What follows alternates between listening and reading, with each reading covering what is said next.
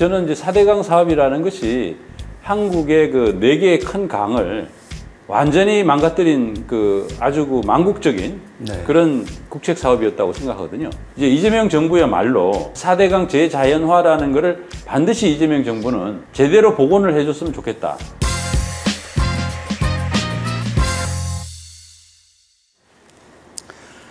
안녕하십니까. 칸차질의 시네이킥의 칸차니입니다. 오늘은 8월 6일 개봉한 다큐멘터리죠. 추적의 최승호 감독 모시고 추적에 대해 속으로 깊이 들어가 보도록 하겠습니다. 자, 인사하시죠. 네, 안녕하세요. 예, 반갑습니다. 여러분 최승호 감독이야 워낙 유명하신 분이라 새삼 소개가 필요하지는 않겠습니다만은 영화로 치면은 이제 자백이라는 다큐, 그다음에 공범자들이라는 다큐를 이미 2편이나 연출하셨는데 놀랍게도 둘 다 10만 대가 넘고 20만 대가 넘는 다큐로서는 그 극영으로 치면 100만, 200만이 넘는 흥행 대작 다큐를 만든 감독입니다. 더 놀라운 것은 2017년부터 20년까지 MBC 사장을 역임하신 분인데 직접 메가폰을 잡은 건 그만큼 대한민국 사회가 여전히 할 말이 많고 또 짚어야 될 게 많다는 걸 의미하겠죠. 그리고 또 추적은 보니까 17년에 걸쳐서 우리 최승호 감독께서 탐사해오신 다큐라고 하더라고요. 직접 한번 추적이 어떤 다큐인지 소개받으면서 제가 지금 던진 질문, 도대체 MBC 사장까지 하시고 계속 이 감독까지 하시는 이유를 계속 청해서 한번 들어보도록 하겠습니다. 말씀 좀 해주시죠. 아, 예. 네.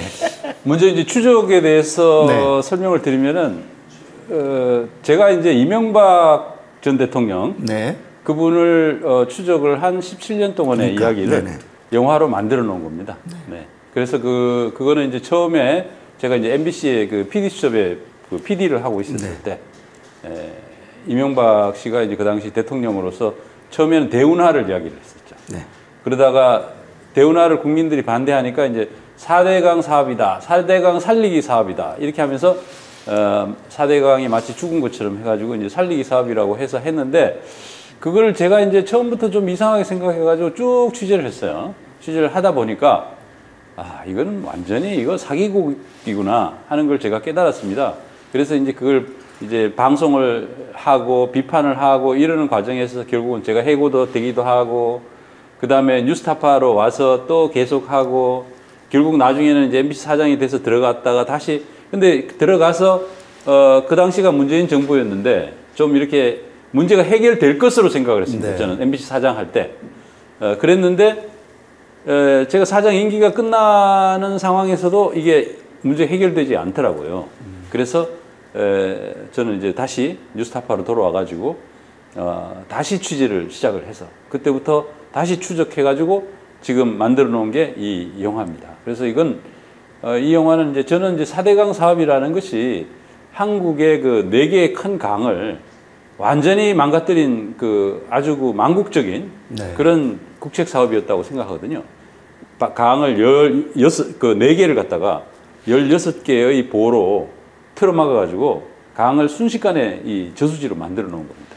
그리고 강을 갖다가 낙동강 같은 경우에는 수심 6m로 다 파버렸어요. 그러니까 강이, 지금 강이 아니고, 거기 이제 녹조가 여름에 지금쯤 가면은 녹조가 어마어마하게 피어가지고, 그 녹조는 또 독소가 있습니다. 그래서 이제 제가 취재한 건데, 이제 독소가 나와가지고 결국은, 그 주변의 주민들의 코 속으로 들어가서 몸으로 이제 축적되는. 그래가지고 이제 코에 그 작년에 검사를 했더니, 코에서 이제 독소가 나왔습니다. 마이크로시스틴이라는 굉장히 마이크로시스틴. 독한 약 50% 가깝게 40몇 프로가 나왔더라고요. 그래서 이제 그런 영화를 저는 이제 이재명 정부가 들어선 시점에 요걸 딱 만들어 가지고 이제 개봉을 한 이유는 이제 이재명 정부야말로 이 4대강의 우리 그 미래에 굉장히 큰 의미를 갖고 있는 이 강을 제대로 복원을 해줬으면 좋겠다. 그래서 4대강 재자연화라는 것을 반드시 이재명 정부는 문재인 정부와는 좀 다르게 좀 성취를 해줬으면 좋겠다 하는 것을 많은 국민들과 함께 성원을 하기 위해서 그래서 많은 국민들이 좀 이재명 정부에게 힘을 줘가지고 4대강 재자연화를 할 수 있도록 하기 위해서 만들었습니다.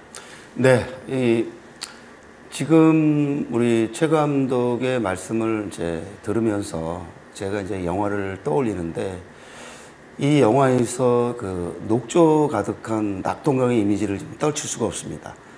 사실은 워낙 그동안 수년에 걸쳐서 그런 얘기를 들었고 제가 뭐 부산영화제에 몸을 담고 있었을 때도 그 낙동강 쪽을 가보기도 하고 녹조를 직접 보기도 했습니다만은 이 드론 촬영으로 정말 그 녹조가 가득한 이미지는 그동안 제대로 보지 못했었거든요. 그런데 이번에 이걸 보면서 지금 그 이미지를 떨칠 수가 없어요. 그런데 또 후반에 이게 이제 4개의 파트로 구성이 되는데 네. 신화로 시작해서 네. 거짓말, 네. 네. 그리고 추적, 네. 그다음에 회귀인데 또 마지막에 그냥 그 금강 쪽이었어요. 네. 그 볼을 이렇게 수문을 열어서 이게 다시 재생이 그렇게 빨리 된다는 거를 또 보면서 그 이미지 네. 아주 그 맑아진 그 물의 이미지도 동시에 있습니다. 네. 이렇게 명백하게 눈으로 보이는데 이것을 정치적 이유로 문재인 정권 시절에 조금 개선될 것 같았던 게 다시 원점으로 돌아갔다라는 사실을 목도하면서 알면서도 막 분노가 막 치밀더라고요. 그리고 정말 공부 많이 한 그런 학자들이나 교수진들이 그 마이크로 시스템을 비롯해서 그 녹조로 인한 독소 이야기들을 그렇게 하고 그리고 그게 증거로 다 나와 있잖아요. 네. 그런데 그런 것들을 부인하는 거는 어떤 이점이 있기 때문에 그걸 그렇게 부인할 수 있는 거죠? 왜냐하면 그런 거를 그렇게 눈에 드러나는 거를 부인할 수 있으려면 그거를 상회하는 명백한 이득이 있어야 되거든요. 뭐 시민이든 주민이든 국민이든 오로지 정치 논리밖에 없잖아요. 어? 거기서 돌아가는 어떤 그 작동되는 언더머니들, 돈들 이거 외에는 뭐가 없는데 어떻게 우리 그 시민들의 주민들의 목숨을 담보로 그렇게 할 수 있는가? 혹시 뭐 그들이 주장하는 게 어떤 게 있는 건가요? 그러니까 이제 그 보면 하나부터 열까지 다 거짓말이거든요. 그렇죠. 예. 예를 들면은 이제 자기가 이제 4대강을 그 4대강 16개 보로 강을 막았기 때문에 그때부터 녹조라는 게 물 흐름이 느려져 가지고 그다음에 이제 뜨거운 그 태양이 내려쬐니까 녹조가 폭발적으로 일어나서 이제 독이 생기고 이러는 건데 그거는 과학적인 거거든요. 굉장히 과학적으로 명백한 거고 그거는 뭐 국제적으로 이미 그걸 만약에 부정한다 그러면은 그 세계적으로 국제적으로 굉장히 그 아주 창피를 당하는 그런 일인데 한국에서만 그게 아무 문제가 없어요. 특히 이제 그 이명박 쪽의 편을 드는 굉장히 유사과학자 같은 사람들이 또 있습니다.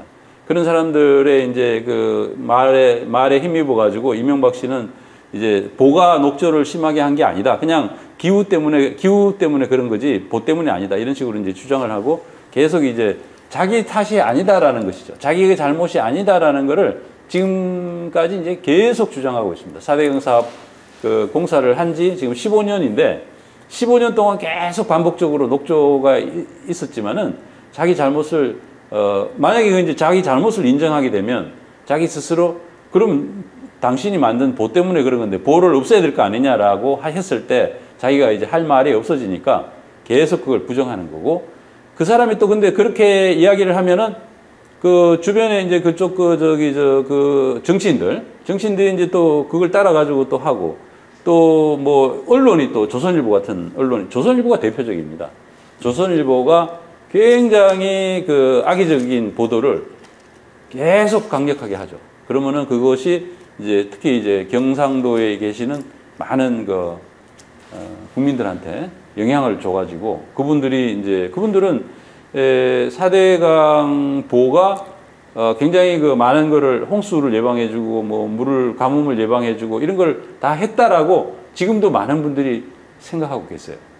그럼 실제로 시민 주민들도 보호에 의해서 그런 혜택을 본인들이 입고 있다고 생각을 하는 건가요? 입고 그러니까 적어도 이런 설문조사에서 국가물관리위원회가 2020년에 조사를 한 내용을 보면은 거기에서 한 30% 정도는 그래도 보호가 뭔가 기능이 있고 도움을 주는 면이 있다. 어떤 분은 홍수를 예방하고 어떤 분은 뭐 물 공급을 해준다. 이렇게 믿고 있는 분이 계시고 또 어떤 분들은 심지어는 보가 있으니까 수질이 좋아지고 생태계가 좋아졌다더라. 이렇게 믿는 분들도 계십니다. 그러니까 녹조로 인한 독소 발생이라든지 그걸로 인한 그 물고기 어패류의 그 집단 폐사 이런 것들은 그런 이득이면 별거 아니라고 주장하는 건가요? 아니 글쎄요. 그러니까 그 부분을 잘 모르시는 거죠. 그리고 믿지 않으시는 거고요. 그러니까 그런 것들은 그냥 눈 감고 예. 소위 그 본인들한테 이득이 된다는 것만 그렇죠. 그렇게 생각을 하시는 것 같아요. 그 4대강이 이제 한강, 금강, 영산강, 낙동강인데 네. 이 녹조의 정도가 이제 다 좀 다르잖아요. 다릅니다. 유난히 그 낙동강이 그렇게 심한 사실 한강 같은 경우는 녹조 문제가 이렇게 심하게 거론되지는 않는데 네. 이 낙동강이 유난히 심한 이유는 또 그게 참 어떤 면에서는 네. 비극적인 네. 얘기인데요. 네. 낙동강이 가장 많이 망가졌죠. 네. 이명박이 낙동강 출신이잖아요. 네. 이명박은 그 당시에 이제 부산에서부터 컨테이너로 이렇게 해가지고 서울까지 낙동강과 한강을 연결시켜서 이렇게 운하를 만들고 싶었던 네. 거예요. 근데 이제 국민들이 못하게 하니까 좋아 그러면은 낙동강만이라도 운하를 만들겠다라는 그런 야무진 생각을 갖고 4대강 살리기 사업 22조를 때려 부었는데 22조 중에서 거의 절반 정도를 다 낙동강에다가 때려 부었습니다. 그래서 이제 강을 수십 6m로 팠거든요. 파는데 이 준설이라고 하는데 이 준설 비용이라는 게 굉장히 돈이 많이 드는 부분입니다. 공사 전체 중에서. 그 낙동강을 파느라고 거기 돈을 다 때려 부었고요. 그 다음에 보를 여기다가 전체 보가 16개입니다. 네. 근데 여기다가 6개를 때려 박았어요. 그러니까 그래서 이게 여기는 적어도 낙동강은 완벽하게 관문 같은 것만 조금 더 추가로 달면은 이 바로 이제 운하가 배가 이렇게 다닐 수 있도록 이렇게 만들어 놓은 겁니다. 그렇게 하면서 이제 그 지방자치단체장들에게는 이거 좀 있으면 만약에 운하가 되면은 여기 말이지 여러 가지로 개발 할 수도 있고 부동산도 되고 뭐 이런 식으로 해가지고 이제 엄청난 그 발전을 시켜주는 그런 걸로 생각을 했죠, 사람들이. 그렇게 했지만은 그 결과가 결국은 강을 그만큼 다 완전히 망가뜨린 거거든요. 그러면서 결국은 그 다음 해 2011년도에 이제 이 보를 다 완성을 했는데 그 다음 해 여름 2012년 8월이 딱 되니까 갑자기 그냥 보가 있는 데서 그냥 녹조가 확 핀 거죠. 사실 우리나라는 너무나 많은 게 이제 정치하고 경제가 최우선 순위다 보니까 뭐 다른 분야는 상대적으로 좀 후순위 밀리고 가장 중요하다고 여기는 교육이라든지 문화라든지 환경 이런 문제가 좀 마치 뭐 좀 먼 훗날의 얘기인 것처럼 말하는데 아니거든요. 지금 당장의 현안이고. 그 사실 영화 속에서 보면은 뭐 10년, 20년 지나서 그 폐해가 드러난다고 하는데 그런 논리로 치면은 우리가 방사능물 먹고 뭐 그런 거 왜 10년, 20년 후에 지금 당장의 문제거든요. 이거는요.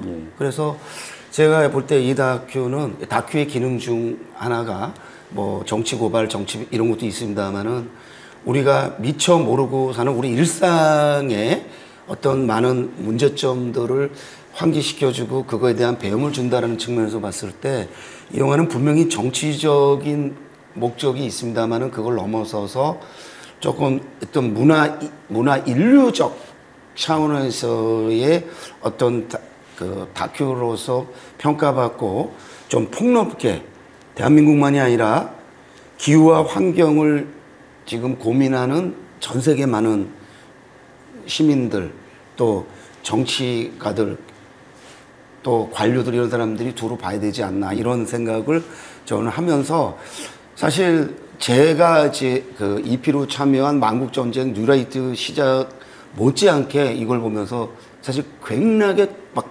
분노하고 전율을 했어요. 그래서 정말 이 다큐는 많이 보게 해야 되겠구나라는 생각을 하고 있는데, 혹시 마지막으로 하고 싶은 말 하시면서 마무리 짓도록 하겠는데, 그 전에 사실 영화 평론가로서 얘기하면 영화적 만듦새가 꽤 뛰어난 이 다큐입니다. 그러니까 공 들여서 예를 들면 사운드 편집이라든지 사운드 연출 녹음이라든지 연출이라든지 그 음악을 쓴 것 하며, 그래서 굉장히 극적 효과를 높이기 위해서 노력을 많이 하셨고, 직접 또 화자로 나오셔서 내레이션도 하고 계시잖아요. 그것이 굉장히, 그러니까 프로페셔널 내레이터는 아니지만은 그 영화가 전달하고 하지 않은 주제의식과 잘 맞물리면서 굉장히 진정성 있는, 저도 내레이션을 해봐서 아는데 그게 보통 어려운 게 아니더라고요. 예? 근데 이제 직접 취재까지 하시면서 카메라 들이대시면서 내레이션까지 하고 하는 게 되게 좋았습니다. 네, 예? 감사합니다. 그리고 편집의 리듬도 이게 한 100분가량 되는 걸로 아는데 아주 뭐 지루할 틈 없이 정말 빠져서 봤고, 영화적으로 꽤 높은 점수를 제가 드린다는 말씀을 드리면서, 감사합니다. 그 마지막 멘트 들으면서 마무리 짓도록 하겠습니다. 네.